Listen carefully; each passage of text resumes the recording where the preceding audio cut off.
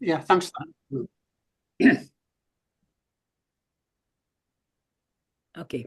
You're right. Well, good evening, everybody. So I'm J Brewis, and I'm effectively, I think, more of a practitioner to do with the modelling work that I've used from Stafford. When I go into a business, I'm normally there for a good number of years, and the reason being is that it's all well and good at a very, very high level to try and give sort of general direction, so we can come in and build a VSM model and say, this is how we should be running the business.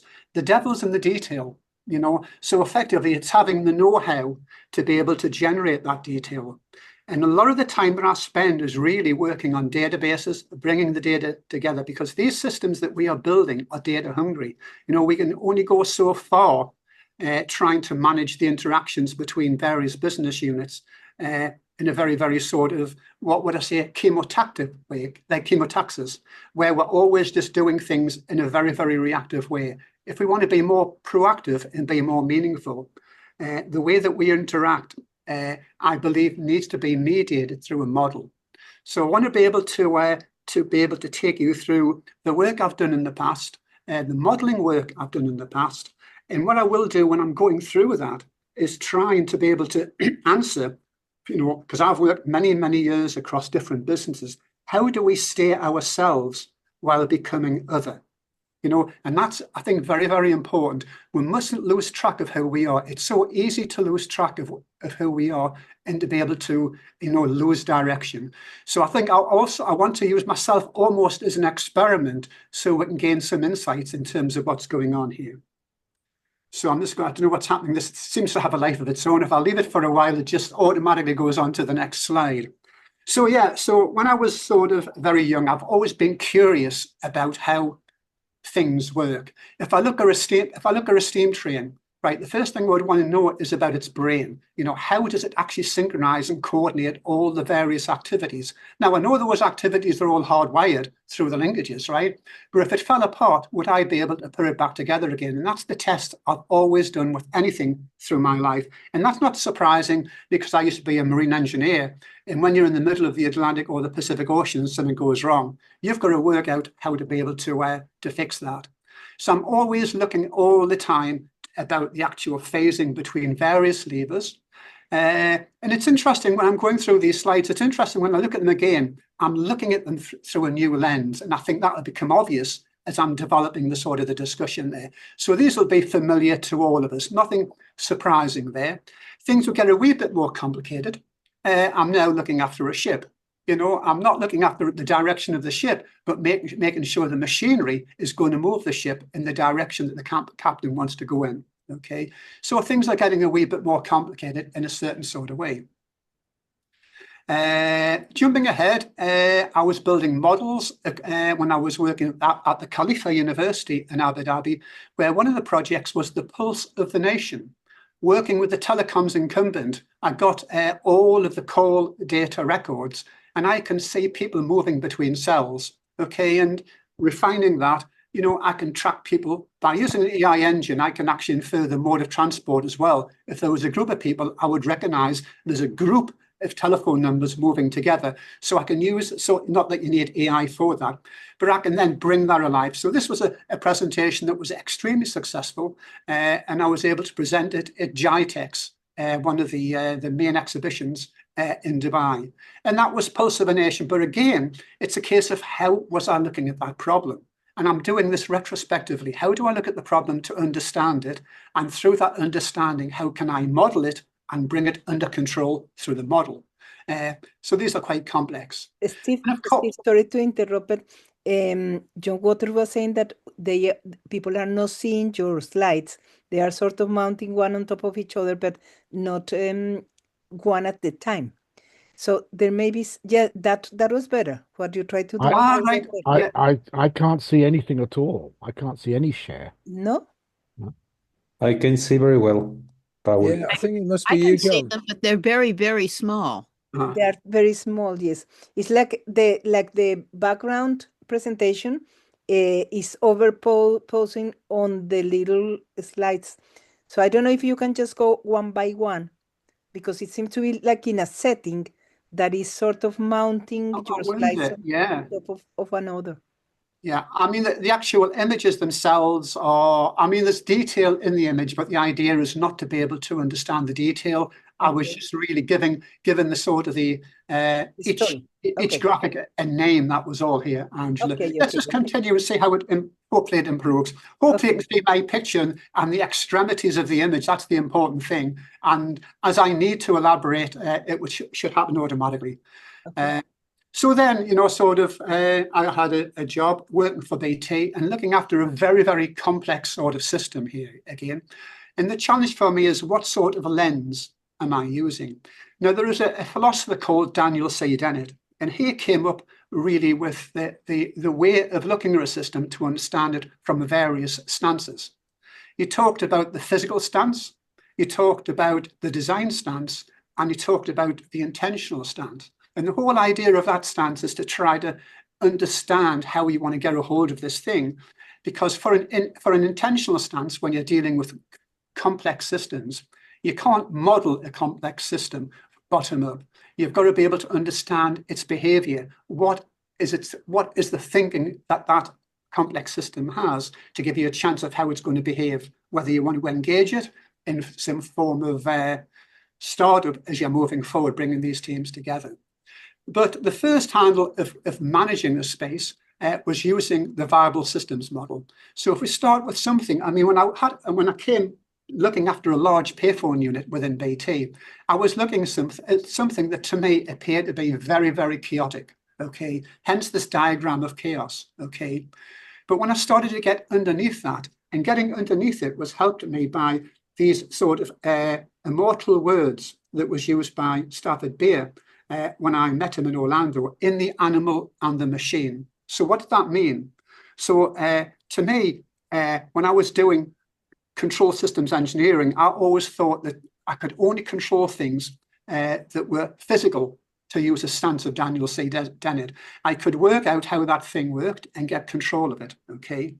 But when I heard this definition, as I found out afterwards from Norbert Weiner, in the animal and machine, that was being applied to cybernetics. And that meant for me, the animal was the organization. Okay, so what I could do is I could transfer all of the learning, because I used to teach control systems engineering at university, and I had a business many years ago where I was building self-adaptive control systems for various types of processes. I had all of that behind me, and it almost meant that overnight I could be an expert in organizational management and organizational systems by applying that learning. So effectively, we've got this sort of like chaotic ensemble of things running around. I'm using the wrong lens. When I look at what's going on through the viable system, all of a sudden, I can see this order out of chaos. And that BSM model was able to give me that sort of insight. Right. And all I'm doing here is inverting that. You'll have seen that image many times, but all I'm doing is inverting it so that as I'm recurring further down, I'm maintaining the structure, but I'm just recurring from inside outwards overall. So that gives me an idea of the size of the business, and I can interact with this graphically, of course, to be able to identify maybe algorithmics, to be able to identify the control limits of a P&L for a given business. I can bring all that alive through a single graphic. Okay, but at the same time, when I'm bringing it alive, I can actually compare one pathway across that graph to another pathway, so I can straight away identify, are there many business units within the business struggling, or is there just the one? Is there an overall pattern? So I'm able to discern that within that sort of diagram. So what I want to do is I want to go into a bit more detail about the career that I've been through.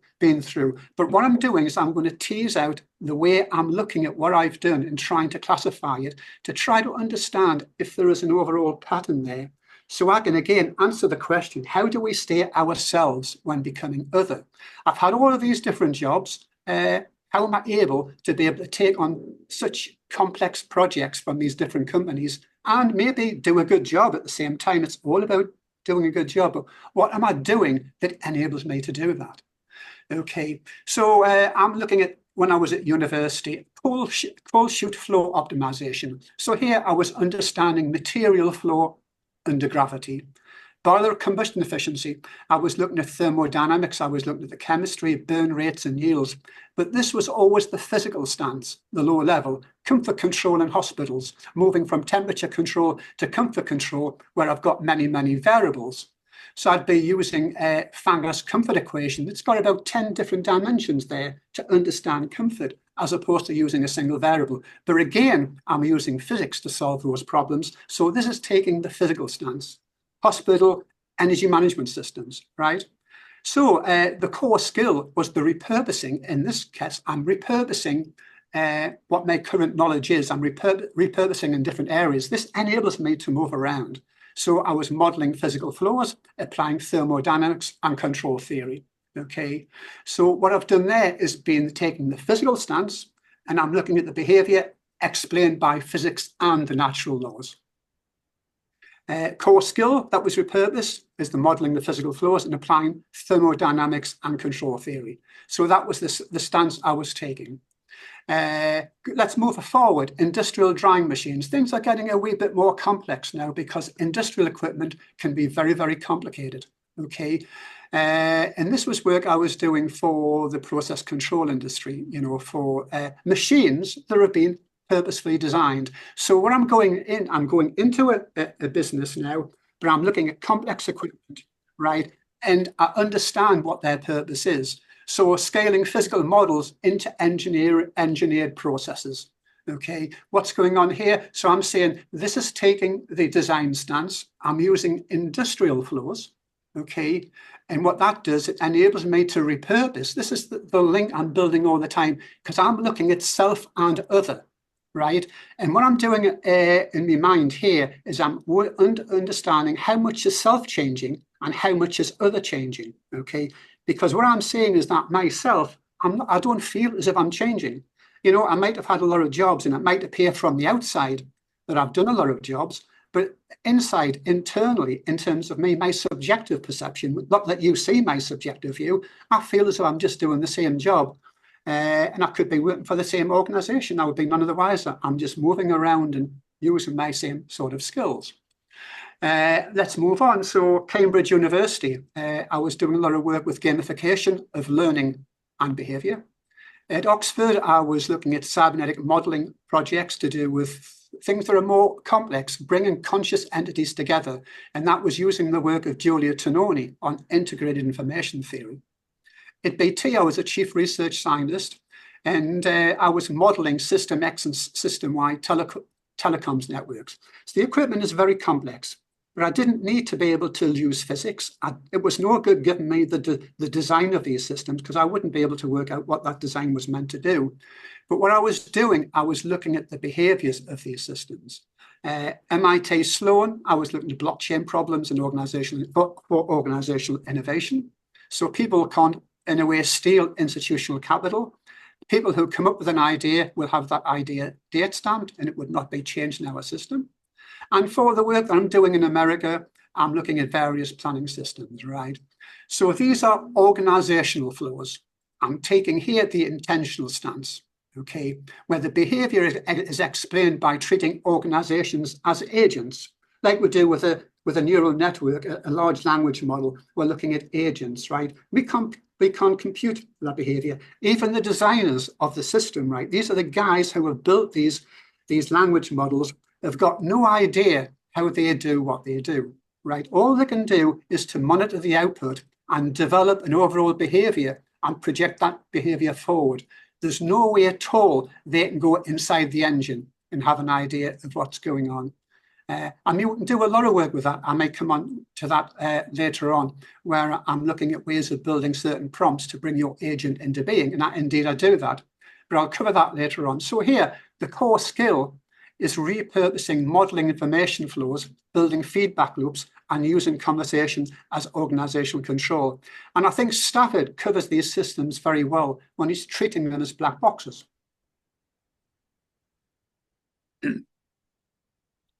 And the work I done at the Khalifa University on Pulse of the Nation, and this was modeling human movement patterns across the nation. Well, of course, there's no way I can use either the physical stance nor the design stance to be able to understand this form of behavior. So I need, again, to use a different approach by using the way that things are intending to behave. So I'm using the intentional stance here. Okay. And more recently, I've been offered maybe a job to become a policy advisor for the UAE, where I'll be continuing the type of work that I'm doing, where I'm building sort of systems to be able to understand themselves. So I'm really building very, very rich models. So effectively, the model is able to predict maybe how that system is going to not move forward. It's got control of how that system is going to be moving forward to a certain extent. So we've gone from physical, design, and intentional, and scaled intentional. Each stage looks like a new trade from the outside, but from the inside, it is one continuous mastery, reading flows, reducing surprise, and sustaining identity. So having gone through that, I've given you a high-level view. Of course, we can do the same for the business, right? So we could argue, what is my identity? And we can look at anything like that from both sides of the coin. I can look at it subjectively, or I can look at it objectively. Objectively is how I create other. You know, what is the behavior that is manifested through my internal interactions that people would recognize that that is Stephen Brewis, okay? But effectively, if I'm looking at myself internally, what I'm doing is I'm using the skills I gained from university when I was doing work in mathematics, mathematical modeling. And because I was with building these types of control systems, I want to control something, right? I want to be able to gain access to the behavior of that system so I can sort of influence it. So I was using cybernetics. Cybernetics really is taken off as far as I was concerned, and I've been able to move that forward. So I think what has given me the ability to be able to stay myself is using the cybernetic approach, because as we know, cybernetics is trans-interdisciplinary. We can apply that all over the place, right? And what I'm doing is I'm applying that all over the place by being able to repurpose my purpose. My purpose is understanding and getting well educated within cybernetics. And all I'm doing is repurposing that skill in slightly different areas. Now, when I relate that to BT, you know, BT over the years is gone through a significant amount of change. We had a network that was very, very manually switched. 35 years ago, if I went into a telephone exchange, there would be a switchboard with codes, and the women would be sitting on the switchboard, moving the codes from one circuit to another. Okay, it was very, very, very, very manual. We then moved from manual switches to automatic switches using Strauger. We then had TXE10. We then had System X and System I, and so on, right? So BT has gone through a significant amount of transformation. But again, is that something that is seen from the outside as being a company that's changing in a very, very significant way? Or internally, what did BT see themselves as? And obviously, I was very much involved in all of that, right? And effectively, what I've seen ourselves as being is really communications in a way, what being able to provide services to a customer, whether it's a fixed or a mobile service. In those days, it was heavily fixed all the way through, even though the technology changed.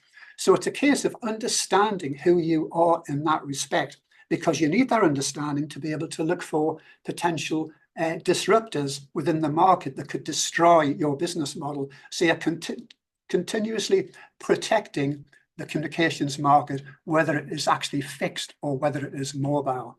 So there's an example really of understanding identity. Who are you? Because you've got to be very good at what you're doing. So then the clever part is to be able to quickly repurpose that in other areas, because you might sort of exhaust a given sort of product line and you want to be able to start moving around using the skills that you've got.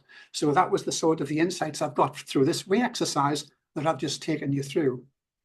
But what I want to do now is I want to be able to introduce just two symbols that really represent what we've been discussing here. Okay, and I'm going to call those two symbols G and 42. So let's explore the paradox between stasis and change, right? So I'm going to introduce two symbols, G and 42. G stands for generative, not surprisingly in this day and age, but 42 is really the number which we'll all be familiar with. It's taken from Hitchhiker's Guide to the Galaxy. And effectively, 42 really was an answer to a question. But the question, because it took so long to work out the answer, and this happens all the time, you know, in a business, you might ask a question, but you might get an answer weeks or months or even years later. You don't really know what that answer, what that question was, or at least you didn't have the richness of the context to really appreciate the answer. So effectively, 42 is what I'm going to use to continue the rest of the story. And really, 42 is the answer. 42 is the innovation that we introduced to be able to improve the service or the product. So G then refers to ourselves. G is our inner current, the generative force of surprise that flows through us. It is the river of becoming, carrying imagination, carrying knowledge and identity forward. And 40 is what remains behind. So 42 is what remains behind. It is the crystallized answer, the products, the outcomes that give us the belonging in the world. So if we lose G, 42 risks becoming Kafkaesque, trapped in endless complexity and directionless. If we lose 42, J risks becoming alienesque, ungrounded, unrecognizable. And we have a term that we use, I think, from Stafford called pathological autopiosis, where the system really has got a life of its own. It's not under any control, but it is a drain of resources on the business. So the truth is, the gap between imagination and reality is not a flaw, right? It is a generative driving force of surprise. To stay ourselves while becoming something new, we must hold both J as becoming and 42 as belonging. So together they keep the imaginary and the real coupled, and they sustain our identity through change.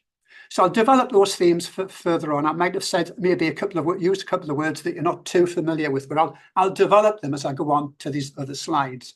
So what I want to do now is to really try and bring the G and the 42 together in a very, very sort of formal way. So what I've done is I've brought jn42.info actually into a website name. If you typed in, there's nothing on the website at the moment, but I was interested to see whether I could get a hold of such a name. So I typed into the as a GoDaddy to see if this was available, j42.info, and it was. And yet to me, it's very, very significant with the work that I'm doing, because really J represents the model, 42 is the environment, and that ties very well in with the work that is being done by Carl Friston on the free energy principle, where he's trying to be able to reduce the surprise that's generated by the positioning of the organism within its actually environment, right? And the way that that works is through active inference, where you're using the model to be able to infer your next purposeful movement, right? So that's through inference, and the active part is making a difference, right? And it's like that second, it's in a way just like Gregory Bateson's definition of information, a difference that makes a difference. That second difference is about doing something actively to change your world. So the way that Carl Friston uses active is we've got two options. We can either change the model, which is the cognitive model inside the brain, or we can change the environment. Those are the only two things that we can do, okay? So let's continue.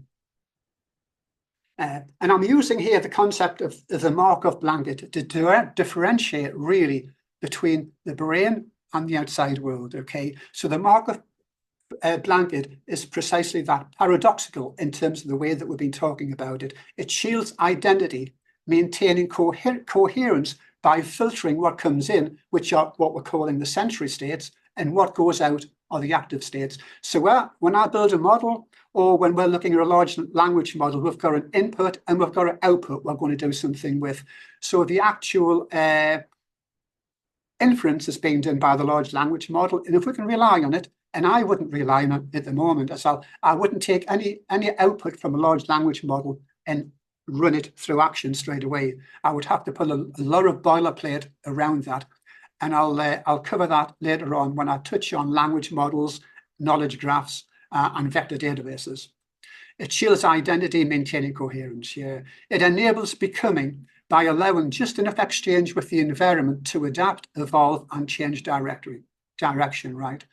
It embodies continuity of transformation, and the system remains itself, not by freezing in place, but by continuously negotiating the boundary between inside and outside, between system 4 and system 3. So effectively, the system I'm talking about here, where we've got consciousness in the loop, is system 5.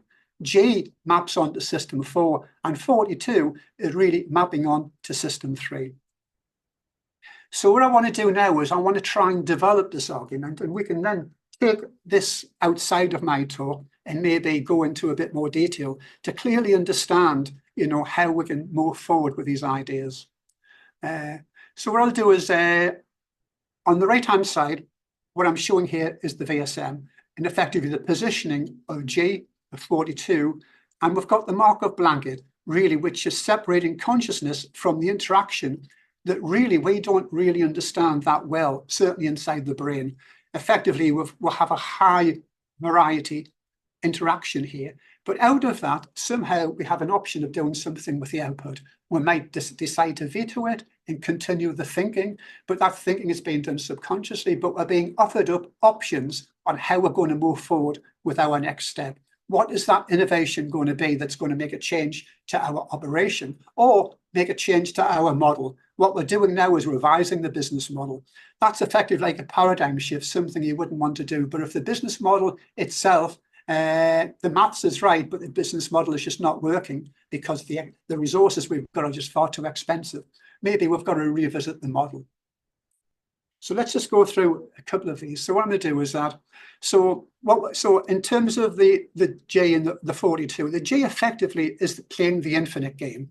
Okay, so the whole idea of the infinite game is to keep on playing it, and that's contrasted against the finite game. The finite game is where we're delivering the 42s into the environment. But one of the problems we get when we do that is, where is the actual information about products that we delivered 4 or 5 years ago? Where is all the thinking that went behind the design of that new product?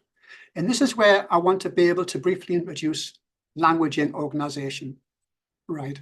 How do we language an organization in such a way that we can capture the context of the discussions, we can capture the context of the state of the business when we've decided to make a change to it, because that context is very helpful. Otherwise, we're no different from the 42 in Hitchhiker's Guide to the Galaxy. We end up with lots of answers, right? But we don't understand the question or the context that was used to be able to create that answer. If we were able to do that and would be able to hold that information in our repositories, it would mean that we would be able to have effectively information available in real time. So we could say that we've got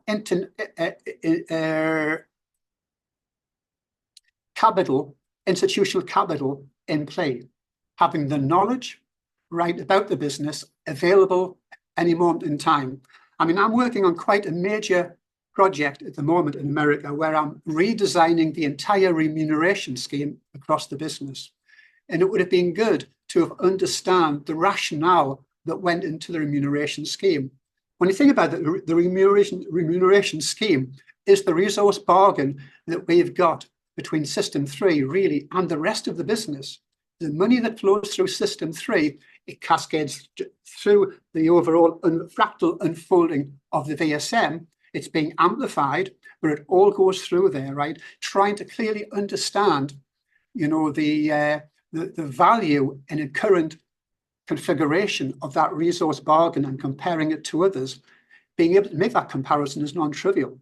But having a causal model, I've built a causal model for the remuneration scheme that extends it now into the P&L, where I can dynamically generate the P&L, not just the cost of the labor, but the actual profitability of the business for every hour of the day, for every day of the week, and every week of the year. It's a very, very detailed causal model that enables me to be able to do that. But let's just go through the actual sort of the J and the red side. So we've got subjectivity and objectivity. We touched on that earlier on. We've got personal identity and we've got public identity, like a private key and a foreign key. So we've got the brain and the body. We've got infotactic and chemotactic. So what I mean by that is I quite often use these terms. Chemotaxis is where we're just purely looking at the operation without a brain. The operation is just reacting to the inputs that's being placed upon that, right? It's not looking ahead, so it doesn't know how to be able to respond strategically, okay? With infotaxis, the way that I'm defining it, it's about information, of course, but what I'm saying is that it has a model of the operation. So with infotaxis, the infotaxis hijacks the chemotaxis physiology and interacts with it. So it's actually controlling or influencing the physiology of that body, of that machine, so it can respond in a strategic way against its environment. Alien-esque and Kafkaesque is getting the right balance. Okay, so I've coined this term cyber-esque, where we don't want alien-esque to be divorced from 42, and we don't want 42 to be divorced from J. Okay, if we've got 42 on its own, it hasn't got any strategic way of responding to the environment. Kafkaesque is living in the moment. Kafkaesque is tantamount to chemotaxis. Okay, whereas alien-esque is again decoupled from the actual operation itself, and it's no way of grounding it. It cannot ground itself. And a term I mentioned before is pathological autopiosis. Autopiosis and allopietic I mentioned, and that's about the production of self. J is looking after itself, it's understanding itself, and it needs to understand how it wants to be able to manage itself from an infinite game perspective, as well as being able to provide services into the environment. This is finite play, but it needs finite play to be able to, for metabolism, to be able to actually drive revenue through it to sustain the organization. And the issue we've got, of course, is we are out of equilibrium dissipative systems. And one of the challenges with that, we've got to be constantly fed with nutrients from the environment. And we cannot stay in one place because we're just going to deplete that location we are in. We have to continuously move and seek out gradients that will continue to flourish us. So the whole idea of any living system being out of equilibrium, it's got to move, and it's got to move purposefully. And that is the whole essence behind homeoresis, or homeoretic, and homeostasis.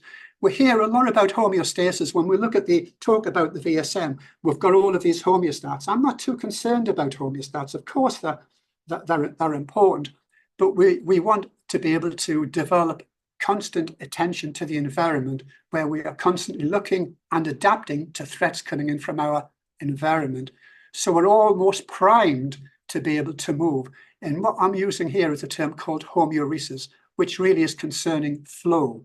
We've got flow through gradients. So these are gradient flows through the environment, sort of contrasted against sort of like horizontal or balanced flows of homeostasis. And the challenge for a business is we've got to do both. We've got, well, maybe we don't, and I'll come on to that with one of the diagrams I've got down here, which gives you an idea of the amount of power budget required to be able to run the brain. We talked about becoming and belonging.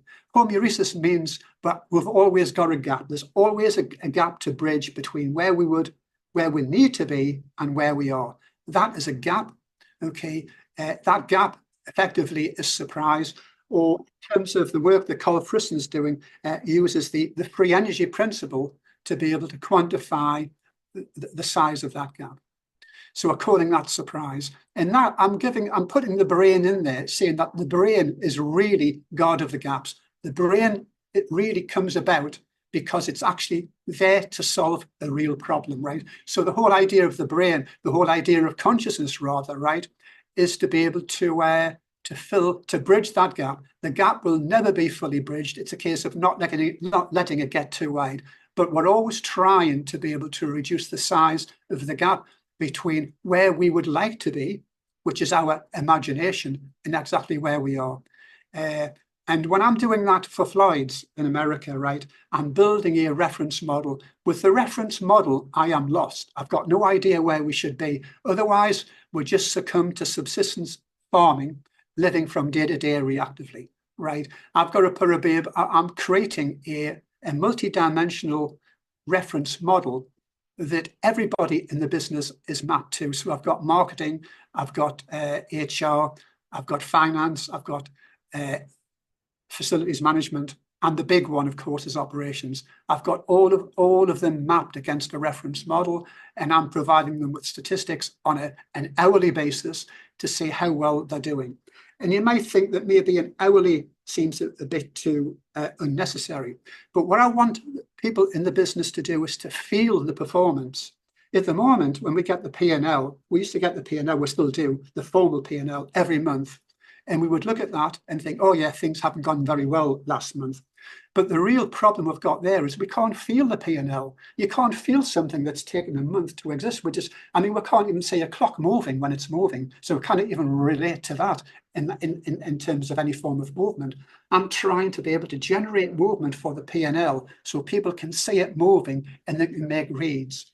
The intention being is that in the future, I could maybe not even do it weekly or even hourly, because remember, there is a cost to that. I don't need to do it hourly because if they can read the situation, they know exactly what's going on. Okay, but the idea is trying to bring together cause and effect. I've got the causes in terms of all the information I'm holding through a program called Pulse. Pulse is the hourly pulse, giving us that overall ability of doing that. Another important, there was no order here, by the way, I just brainstormed these earlier on this morning. We've got purpose and repurpose. The idea here is we develop the purpose of the business. For BT, it was what was the purpose of BT? It was providing telecommunication services to either fixed or mobile customers, okay? And what we're doing is we're just repurposing that. We don't have to be able to reinvent the wheel there. We know who we are. We know what we should be doing. We're looking at opportunities to try and do that more effectively by being able to scan the environment and understand what others are doing. Surprise, we touched on that, is imaginary, the gap between imaginary and reality. Another important one, of course, is that when we're dealing with the sort of the LLMs and so on, and dealing with other complex systems, right? What's important is conversation. It's the conversations that we're using to be able to resolve problems. And those conversations can be mediated. If it's a very complex conversation, it would be mediated through the causal model, okay? When you're talking about something, it's obviously you're talking about the business. You want to know the impact of what you're going to do on the sort of the areas that the other managers are responsible for. Because I've got a very detailed causal model of the operation, the actual discussions take place through the model. And I could almost imagine, as if they get very, very complicated with a lot of people coming together, we could use something like Teams Integrity working with the causal model to be able to optimize the information exchange and maximize the amount of knowledge that's being generated through that interaction. And we've talked about the two sort of two stances here, where we've got the intentional stance and the design stance. So on that, the next diagram is trying to understand the relationship that we have with the environment. So the whole idea of the circle is the business, and on the left-hand side, I'm showing a response by a brain. This is a purposeful response into the environment. So say maybe a company like Apple, right? Apple will perturb the environment. The environment doesn't often perturb Apple. I mean, that may not be true, but I think the idea is to see where I'm coming from. Because they've got a good research and development department, and that must be the biggest R&D department on any company on this planet, they are influencing the environment. So there we are. So what I've got is I've got a sort of a large, effectively, system for and maybe System 5 up there to represent the research that they're doing, coming up with an imagined future that they'll make real through the enactment of 42, right? We've got the ability to be able to respond and adapt. So this is where we've got adapting to the environment, okay?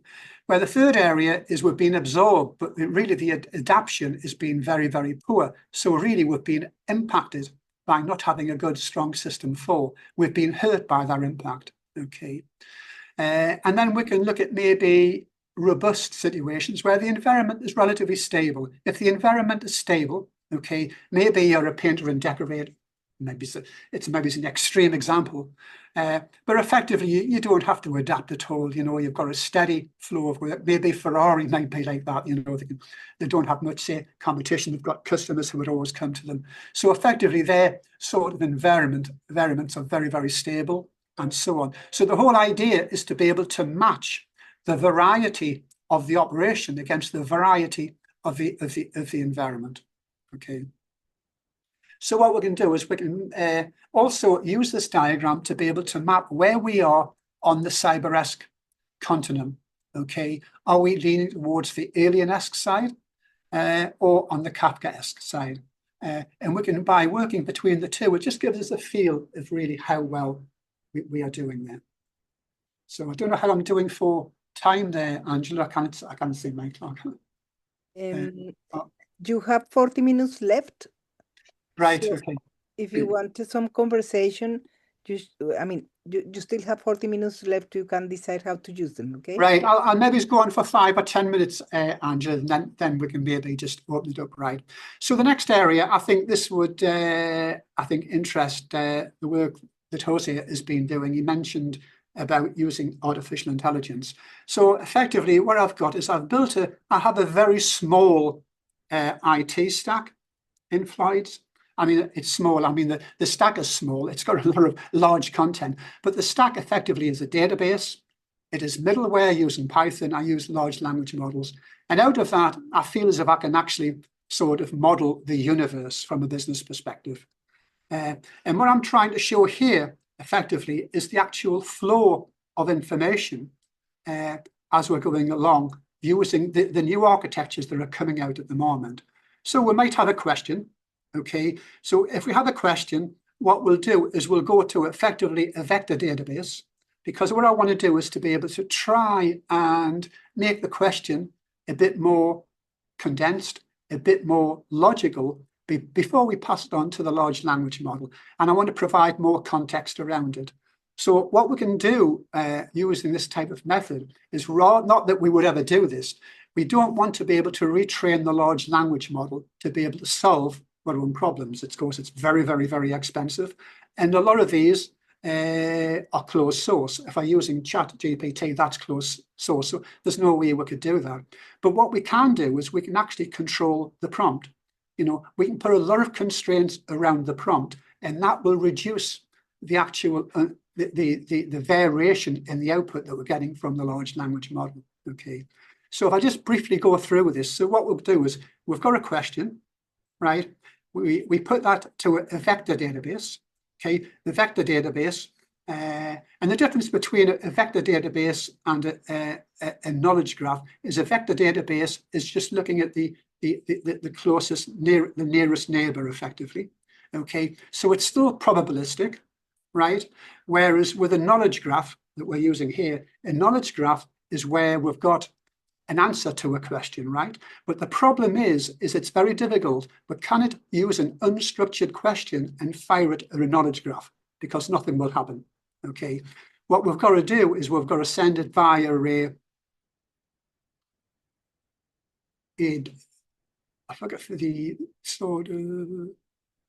the vector database. We'll send that to the vector database. What we'll do is we'll get the nearest neighbors in the vector database. The vector database can then look at the context around it and enrich the context. So from a question, we'll take it into the vector database. We'll amplify it by looking at the nearest neighbors of the nearest neighbors, okay? And we'll fire that against the knowledge graph. And then we'll be able to make some hits on the knowledge graph. But when we go to the knowledge graph, remember, because that is the truth, we've got to see whether that truth exists. So what we're doing really is just validating that what we're getting out of the vector database is something that's worthy to continue on into the large language model. It depends how we're using the system, but I'm using the system to try and make real decisions by using information. So I need to be very careful on the boilerplate that I wrap around it. So effectively now, what I've got to send on to the large language model is the question. I've got maybe, remember, I'll get a large return from the vector database. So I might use the top 100 rows that I'm getting back from the vector database, combining it with the knowledge graph, and I'm sending that to the LLM. Then I get an answer. A is the answer. I get an answer back. And of course, if I'm happy with that, I'll then put that back into the knowledge graph. So I'm enriching the knowledge graph. That enables me, when I'm trying to actually language the organization, I can use this type of process to be able to enrich the languaging of the organization, to be able to help us to make more informed decisions. So I'll just maybe, I might just jump this one, Angela. I think I've more or less gone through that, but I just wanted to finish it to give you an idea of how I'm using it within Floyd's, right? So I've got a way of building the VSM using MATLAB. So I build a model of the company's organizational structure. The important thing here is what I'm doing is I'm using soft software. And what I mean by that is I can build new structures without changing the structure of a database, right? But with some of the graph modeling tools that we have, every time you create a new predicate, you need a new table. And that to me is hard software. Okay, hard software, I don't want to ever touch the software again. I want it to become self-adaptive in all respects. I mean, there's always workarounds like that, but effectively you still need an additional table.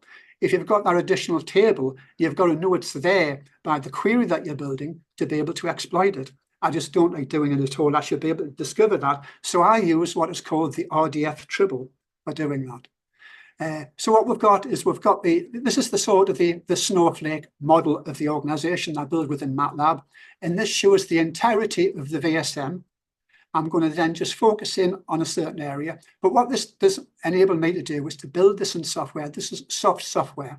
So I can easily remodel the organizational structure on the fly. This is institutional capital in play. I'm doing this in real time. So it could be that I want to rebalance the workload of the district managers. It could be that some of the district managers have got too much load, that the variety is very low. I want to be able to redistribute the variety amongst the other managers. I can do this type of thing on the fly by making changes to the actual, the VSM model as we would understand it. Okay. So what I'm doing here, so we've talked about the causal model. This is the causal model that we use for running the operations, and different causes are controlled by different managers, by different roles. There'll be a role covering these other causes on here.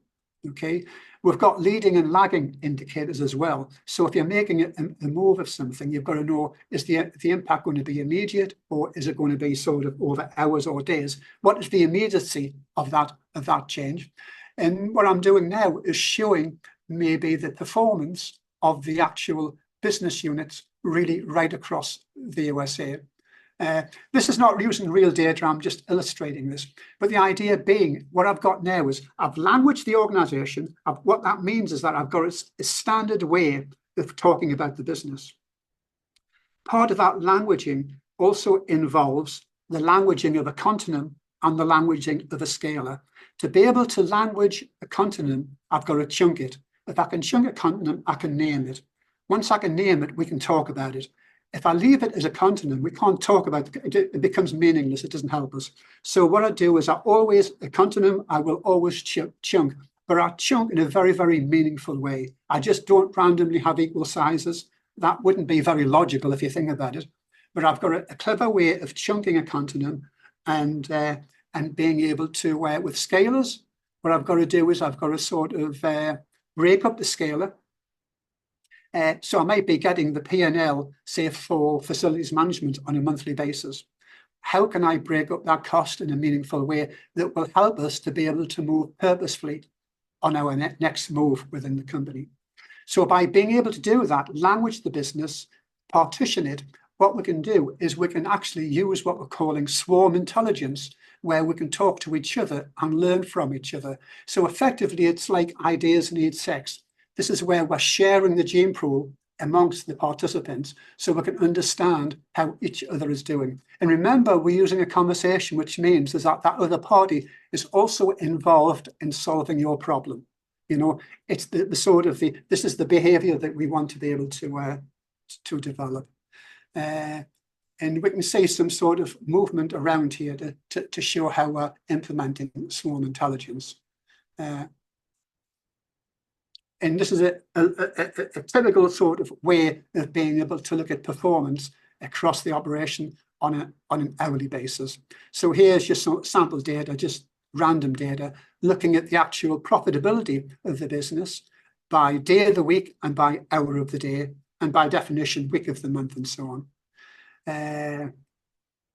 So the key insight here is this loop works because the operating plan is a single shot construct. Okay, although it's a causal model, I'm using it in a single shot mode to be able to understand what's going to happen on the next cycle. And it really creates the fixed identity vector for the future for a given business unit. And it makes the steering of the process towards reality a lot easier. And I think there, Angela, I was just going to leave it with that because I went through that diagram. It's got some of the key words on, but I thought I'll maybe just leave it there now. Okay, thanks for that. Thank you, Steve. Well, I'm pretty sure that we're all surprised and with full of questions. So I don't know who would like to start questions, comments.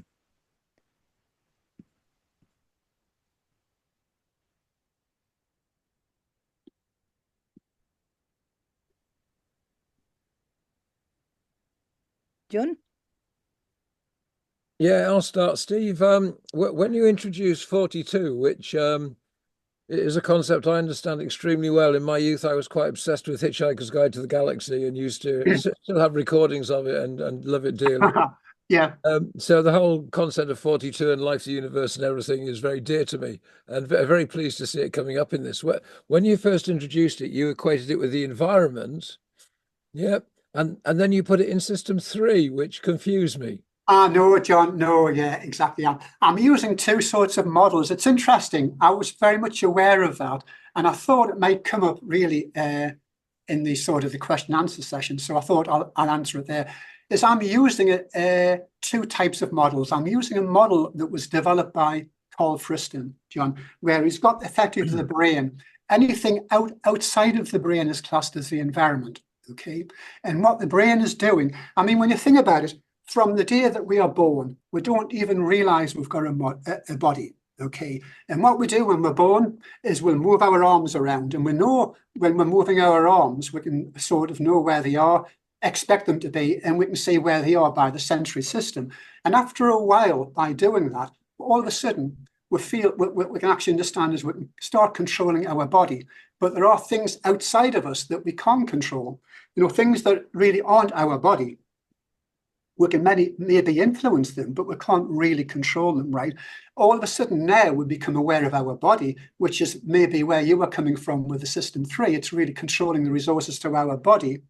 But I meant the environment in relation to the FEP. So yeah, thanks for, I mean, it's a fair point picking that up, John. But I was really meaning when I was talking about the environment, I was talking about the environment of the business, I know, and it was an issue really with the two paradigms. I'm looking outside of the model, see, I'm refining the model. The model's got to understand anything outside of it. So when I did use that term, I was using it in a very, very general way. I meant outside of the model is external, is environment to it. Some of the environment we can control within the model, that becomes the organization that we know because we've got control over that. But that was where I was coming from when I used that. But it was a fair point to pick that up. Okay. Yeah. Thank you, John. Anyone else would like to comment? Question, Steve? Jose? One question, Stephen, that it rings on my mind always. You talk about the environment and the model, the environment that is outside, etc. I have a question that is about the identity, the consciousness of we. Before we create the organization or we build the model, before we create it, we already exist in our identity consciousness. So the thing that comes always is this doesn't fit inside the model because it's previous. Before the organization is born, I already have an idea of it, but still is not born. So it's outside the whole thing that we are describing. How do you handle this element that is not in the environment and also is not in the organization, is in somewhere else? Where is it? Yeah, I'm still trying to digest what you were saying there, Jose. Could you try again? And yeah, because go on, try again if you don't mind. Yes. What I'm thinking is before we create an organization and we build a model of the organization, Yeah. before we create it, so it does not exist yet. We may have an idea of what is going to be the identity of this organization, but we did not instantiate it yet. Yes. It's previous to the modeling, Yeah. and it's not environment. Is the creator of the organization. Where that in between element that is in between in the land of nobody. I don't know how you call it. No, it's not environment. It's not organization because the organization does not exist yet. But Yeah. there is a consciousness of an identity about to be created. Yeah, and I think what you're saying that is because it's not really grounded, right? It becomes purely personal to the individual. So you've got your own personal model of maybe what the organization is, Jose, and that only means something special to you, right? I think that's where you're coming from. Yeah. Well, it's something similar, but this is going to be concreted after in an organization, maybe even a very complex organization that will come after. Yeah. So there is a space that is not in the environment, is not in the organization. Anyway, this is something that I don't have the answer. This is a let's say intellectual question of where is that? No. Anyway, Yeah. I think that we can forget it and just and move on to the organization that already exists with an identity, etc., etc. Yeah. Yeah. Anyway, But I think with anything, if we're talking about anything, it's got to be grounded, I think, in base reality. Otherwise, how do we ever know the two concepts are the same, Jose? Unless we can go down to some sort of form of common ground where we can effectively see what's going on. I think there can always be this ongoing disconnect between someone's thoughts and what your thoughts are, if there's no way of grounding them there. That's why I think if you look at conversation theory, we have what is called, or what I call a shared white space. So there's a white space to initiate the conversation. And that should be something that's pretty concrete that we can agree upon. And then our idea is that as we start being able to enrich our understanding and agree that understanding of a given area, that shared white space will slowly increase, and that effectively forms the institutional capital of a business that we can share between ourselves. Yeah. Yeah. Okay, Stephen, thanks very much. Thank you, Jose. We have Marcus with a question. Yes, thank you, Stephen, for your stimulating talk. I just have a technical detail. On the slide you are projecting right now, on the lower, in the lower part, you have this blue-red diagram. Yes. And with one central loop and two lateral loops, I presume they are reference, self-reference or something like that. So could you explain a little more this scheme, because you also have abbreviations in there and so on? Oh no, yeah, sure. This is the diagram at the very bottom here, Marcus. Yeah. Yes. So all of that is, Marcus. Yeah, that is the Markov chain. Oh, yes. Okay. And it's just how a state variable changes. And really what it is that within Floyd's, where I'm looking at changes, remember we're changing all the time, right? I've got two types of changes. I've got a change which is called flex. So flex is making changes within an existing sort of business plan. We have a business plan and we'll try and keep within that business plan. So what we can do is we can flex. So we can see that flexing, when we're reacting, flex is occurring 90% of the time. But 10% of the time, that business unit, Marcus, is really struggling. And what we've got to do is we've got to adapt. And adapting means that we're reviewing the actual business model for that unit because it's not performing as it should be performing. So if we have an algedonic that sort of is sitting outside of the control limits for more than 2, 3, or 4 financial cycles, we will consider making a change to the actual business model. Hence the term A. It's like an adaptation where we're making the change to its internal identity. And we sort of recognize the identity of these business units by using an RSX prefix. So an RSX 1000 would mean that that is the demand on that business unit. But if it was struggling to do that, or maybe if the demand was a lot higher and it was sustained over a number of periods, flex wouldn't be a cost-effective way of resolving that problem. And we would go from an RSX 1000, say, to an RSX 2000. So that really is the size of the business to do with its revenue and customer demand. So I'm just creating a distinction about the nature of the change that we are making. Yeah. And the idea here, Marcus, I'm using that to validate the accuracy of my causal model. Because remember, this is about uncertainty, right? So when these predictions are happening there is that it's taken me by surprise, okay?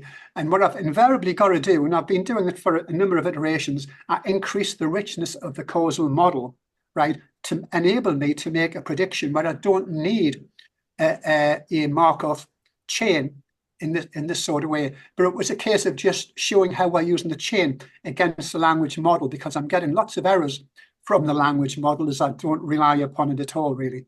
I don't need to because of the type of programming I'm doing. I don't really need a large language model. But because I can language the organization, it means that the actual managers can talk to they can talk to the business through the language model. Yeah. Well, thank you, Stephen. Yeah, I thanks. think it's a very clever model. And do you build any Markov chains to convey something to your clients? No, I mean, I normally only build them for myself, Marcus. I wouldn't normally speak. I mean, I've got 1 or 2 that I can speak to in that way. I've got some sort of pretty clever people in the business, but normally I don't normally show information in this sort of way to them. But it's very useful for me for validating the performance of the model. Yeah. The simple going through the model qualitatively is insightful. Yes, I think it is. It really is. It is. Thank you very much. Yeah, thanks for that. Yeah. Thank you, Marcus and Steve. Anyone else would like to comment? Yeah, I had a question about the flow. When Stafford was doing models, he always said that the most difficult thing was to figure out what the weighting should be. And also in terms of the movement of how to figure out or how to model the different rates of flow in the different parts of the organization or over the different times. And I may not have paid close enough attention, but I thought that your discussion of homeoresis addressed those questions. Yeah, with us having a model, in a way, I'm almost driving that flow, because when I'm building the model, I'm creating a plan, right?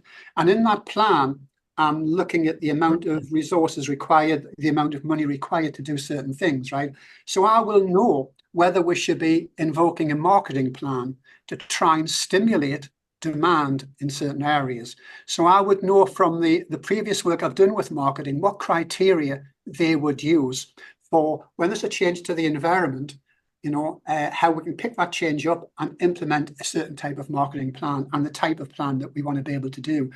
If we look at maybe facilities management, I can look at the weather forecast. I can use degree days to compute how much energy is required to be able to run that. So I'm doing that all the time. I'm looking at the environment and I'm adapting the business to that environment, because what I've got is I've got their knowledge inside of the actual model itself, of the causal model. So I'm really closing that loop with them, Elena, to be able to have an idea of what that flow is going to be. And I can do it. I must be able to do it for about 15, 20 different dimensions within the operation. Yeah. Thank you, Elena and Steve. I have a question, Steve, and you talk about surprise, and you talk and you show this idea of active inference. How can you model with AI? How can you use AI? How can AI be able to react to surprise? Does it mean that it all depends on your capability of programming? If you have a good program, then the AI will be able to respond to what you call surprises. But if the model is not strong enough, then it will then be able to recognize or surprise or get surprised or adapt actively as you expected, isn't it? So it all depends on the quality of the programming or what. Yeah, but I mean, regarding AI in that respect, I don't really I don't have a lot of faith in AI, Andrew, because I use it in a very detailed way. I wouldn't let it loose, but there's no need to, because I'm capable. I've been using artificial intelligence for the past 30 or 40 years, and I can build these systems myself anyway, and I've got them in the work very, very well. And I think what I do, so if there's a question, so if you look at how my process works, right? If I don't think I've got a model of that in here. So I've got quite a lot of material here, but yeah, this is just, yeah, this is a way of converting data into it rather than using the AI.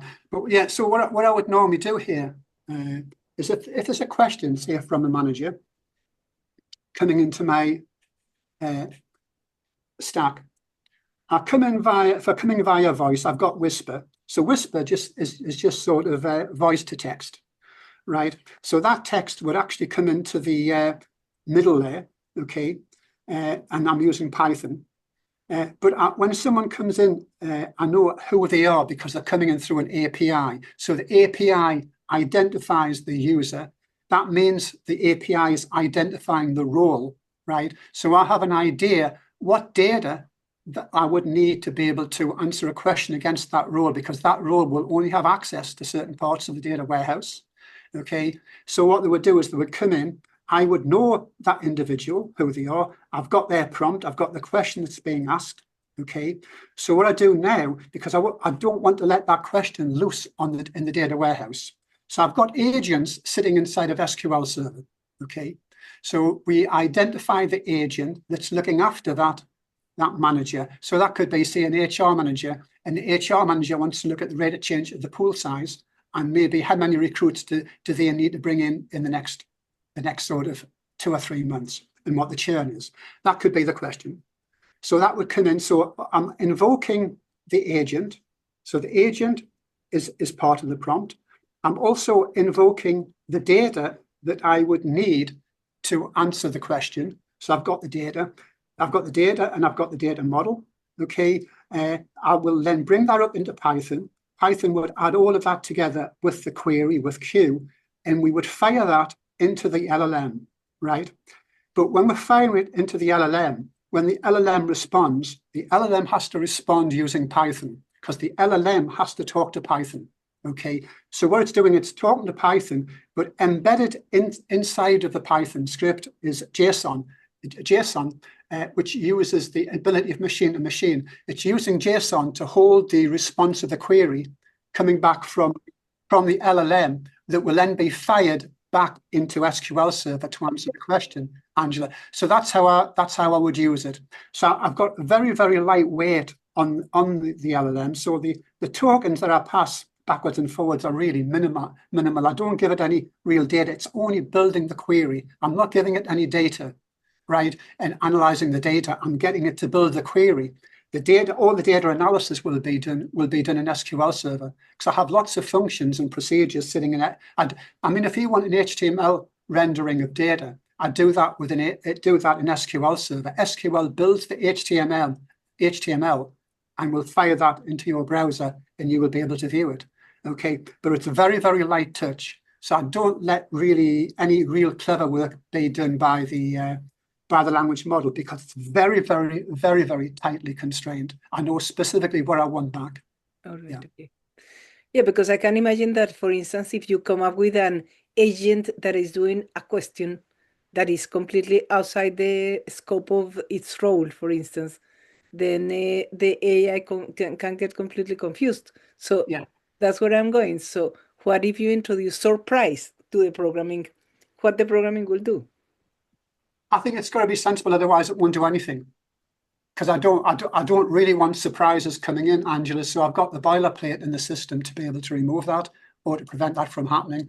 I'm using a structured SQL query. All I want are the parameters to be able to put into that SQL and fire it into the database itself. So I've got it really tied pretty well down. It works pretty well. I don't want to have any frame, otherwise it's going to cause me lots of problems, because I look after that side of things for Floyd's. Yeah. But as well as building it as well, and building the data architecture for the warehouse. Yeah, I do all of those things for them. But yeah. But don't you fear that there may be a contradiction or a limitation in the fact that if you are working with a very complex organization, then complex organizations are always unpredictable. Yeah.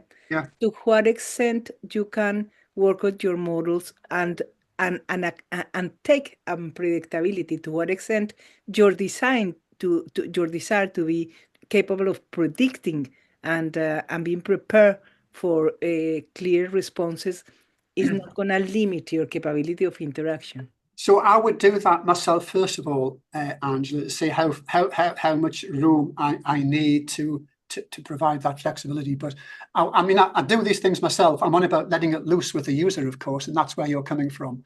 And I want to make sure that I know where that user.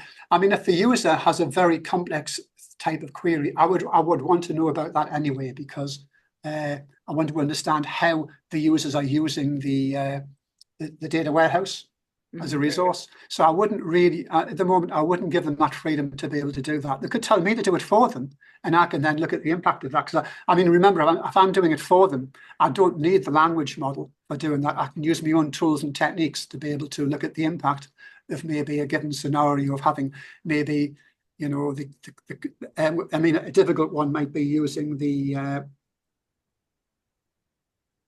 vibe information that we get through these independent marketing companies. They'll give us the vibe, and looking at the impact of the vibe on maybe customer churn or employee churn, you know. But, you know, I think that we'd do it ourselves pretty well. Yeah. I mean, there's a graphic there. This is to do with this is about looking at distributions of 100 individuals. These are all distributions, and I have to tease out the bifurcation points within there to look at the vulnerability of areas of a remuneration scheme. You know, so I would still prefer to do it that way. And I've got effectively an ontology for looking at how to bridge the gap to get from a V2 to V3. V5 is a very good performer. This would be the learning curve. Can I take that out of there? Yeah.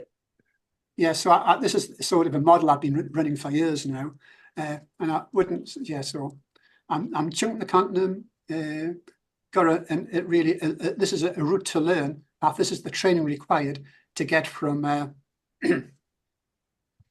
there on the performance radar chart, from going from V1 to V6, what needs to be done to be able to do that.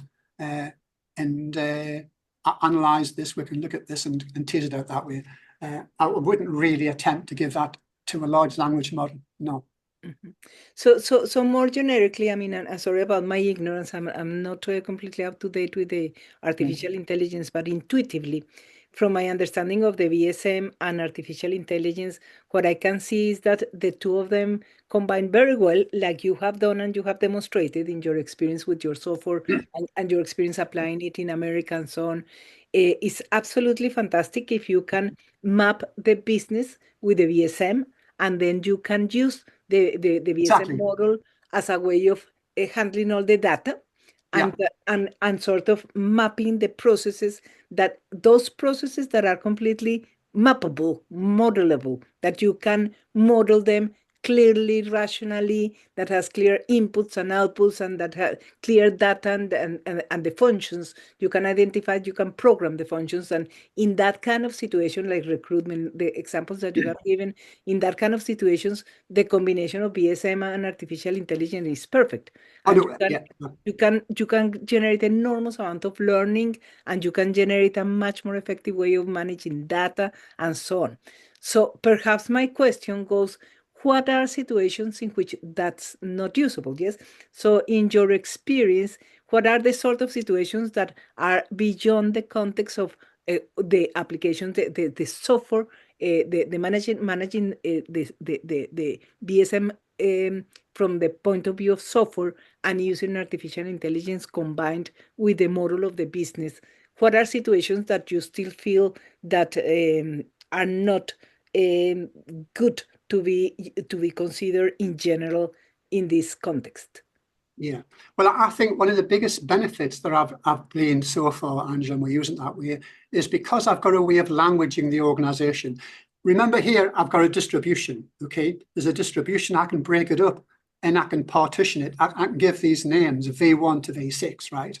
That would be picked up by the large language model. I can tell it what I've done there, but I'm doing this work. What I'm doing is I'm languaging the organization so that managers can talk to that languaged organization by using the large language model, right? The large language model takes unstructured text, okay, unstructured documents, right? And it will structure them for us through the various stages of using a vector database, by using a knowledge graph, and then eventually getting to the LLM. But we're doing it in a funneled way to increase the reliability of the response. But I think that's where the true power comes from. I think most managers, when they're talking, are normally asking pretty easy questions, like, who was the most profitable shop yesterday? What was the demand? They're normally very straightforward questions, but very, very useful as far as the manager is concerned. They're getting the information that they need. So effectively, they can ask questions, right? And we're able to answer those questions that have never been asked before by using the large language model. To me, that's where the real power is. One thing, Stephen, in relation to this artificial intelligence usage, I think that we are considering it as a tool to provide answers. We made questions, and it will provide answers. Would it be that it provides help not by answering anything, but just digging by themselves, handling the information that he has, and proposing on a proactive way to the managers the information and guides, not as answers, but as proposals? Mm-hmm. I don't know if this makes it too complicated, and it's not possible. So it's kind of providing a agency power to the artificial intelligence itself. So it's not only a help to provide answers, but also a help to propose things. Yeah, I know where you're coming from. Yeah. I mean, when it's proposing things, remember, we've got a lot of metrics, maybe, lots of metrics already there as well. And it wouldn't normally know, because the way that these are held in SQL Server, and we don't really expose that through data. So so as an example, a lot of our reporting is done using Power BI. Power BI enables us to be able to interact with the database, slice and dice into all of those things, right? So the AI wouldn't have access into the Power BI, Microsoft's Power BI platform. So there would be a lot hidden from the from the LLM that it wouldn't see anyway, Jose. You know, but I can see where you're coming from. Of course, you can be creative with it, but you've got to make sure that the time you're spending with the AI is really, you're going to get value from the nature of your interaction there, would be my point on that. Yeah. Yeah, this would be a function similar that has a connection to my previous question of proposing, for example, a new identity. Yeah. And can you imagine? No, you say, no. What I'm proposing, the AI proposes you a new identity for the organization. Mm-hmm. Yeah. You're never to ask that to change it because you are trying to keep it. No? Anyway, this taking us a little too far for the demand to the AI today, I think. Okay, thank you, Jose and Stephen. We have one question from Igor. And sorry, Igor, that I didn't see your hands before. Hi, Igor. Igor.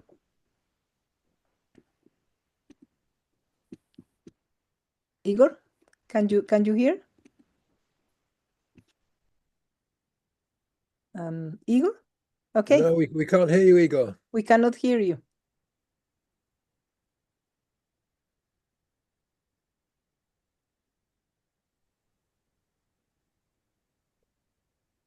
No?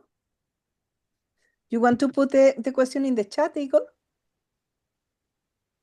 You cannot hear me? No? No? It's right, no. No? Can you hear us now? No? No working? Let John ask the question, and then Yes, perhaps okay. Igor can sort his technical things out earlier.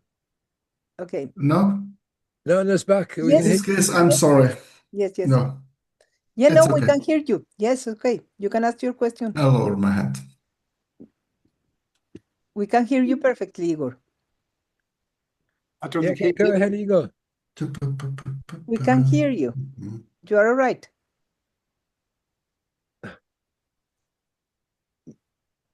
Can you hear us?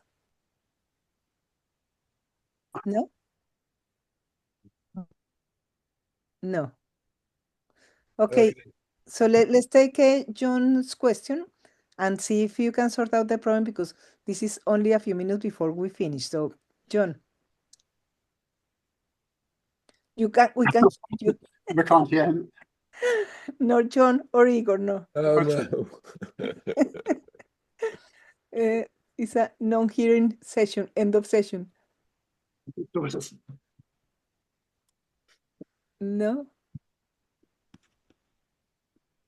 Well, Igor, you want to try again? You seem to be all right. No? Crazy. No? No? No? I don't know why. Well, neither John or Igor seem to have a capability of doing the question. I mean, if you want to do the question in the chat. No? Not possible either, no? Okay. Well, in that case, I think that we will give it an end, because it's just time to finish the webinar. So, Oh, yes. You cannot. yeah, we can hear you. Oh, yes. Igor, Oh, yes. go Igor. ahead. Go ahead with your question. You can hear me? Yes. Yes. Oh, perfect. Miracle, it's a miracle. Oh, perfect. So basically, I just wanted to clarify something. First of all, is that AI is not really a magic wand. Not at all. Not at all. And the second one, I think there is a clear distinction between business reporting and business predicting. Yeah.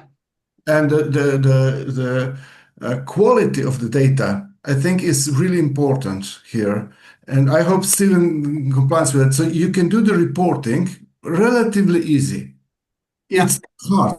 Basically, what I think what you try to do is to eliminate hallucination in business reporting by strengthening the way how the data is processed and delivered to the users. Yeah. And this is where you can use AI to be creative, but still limited. So that it does not hallucinate and says your profit is something which is not. The other thing is, if you want to predict something, the data quality must be much higher. It Data must do, must yeah. have a meaning which can be understandable to AI, and this is really hard to achieve. Mhm. And as soon as you don't have the data prediction capability, also preemptive warnings, etc., are really hard to do. Mm. So basically, I think at this time we are now at the step where AI can help you produce business report much faster without any technical knowledge or limited technical knowledge. And this is very helpful. But of course, Jose and Angela, you would like much more. I appreciate Or that. much, I or think much it less, will come in the maybe. future sometimes when we arrange, especially the data understanding, and some things are really being resolved. For instance, the thing with Stefan explained that now computers can understand the contracts using large language models. This is huge improvement. So yeah, but. Yeah, and really thank you, Stephen, for the really, Right. really good presentation. I liked it a lot. Yeah, thanks, Igor. Yeah, very, very interesting. Thank you very much. John, let's try again with you. John I don't- Waters, are you going to try again? Still Yes. muted. I can't, I'm not a lip reader, unfortunately, Angela. I can see his lips moving. Yeah, There's a question in the chat. okay, Yeah. great. So, let's see. Anyway, Stephen, while you read the question, let me congratulate you because this is fantastic, as always. It's a pleasure to hear you and seeing your developments. They are tremendous. So, Yeah, thanks for that, Jose. Yeah, absolutely. Well, here is the question, the last question from John Waters. He says, this seems to be rooted heavily Microsoft soil. I assume that's because it is what the customers provide and favor. Might it be practicable in due course to port the SQL sections to PostgreSQL to construct a reduced FOSS version? Now, I'm not sure what FOSS is. I assume it's some sort of operational support system, financial. I'm not sure what he means by FOSS. Do you want to put that in again? John, Yeah. free open source. Free open source. software. Yeah.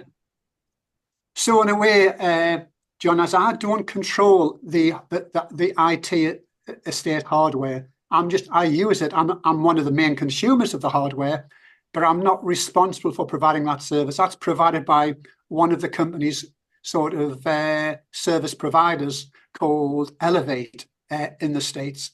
And they use, it's an SQL server because that's also it's got a lot of the other data on for other point of sale systems that we are using. So it's not something I'm not really I've not considered. No. Okay.